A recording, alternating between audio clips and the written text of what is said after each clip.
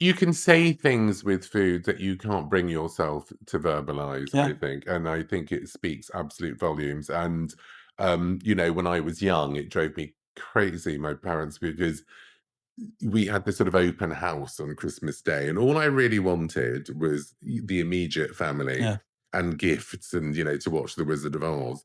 And meanwhile, the doorbell would keep ringing and all sorts of waifs and strays would wander in. And I was slightly furious about it. And now I think it's absolutely wonderful. And what my mother was so great at was, making sure that there was a dish on the table that reminded everybody of their home, and I think that's a wonderful way of expressing love and sharing things. And it's you don't you it, so it's you don't have to say it. You just say it with a dish, and it speaks volumes. And I think that's what spurred me on to write my cookbook.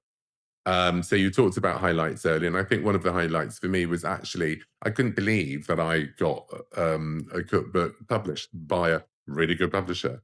So that was really a great surprise and a real highlight to me, and it was a real love letter to my mother, I think, because I think her way of expressing herself was via food.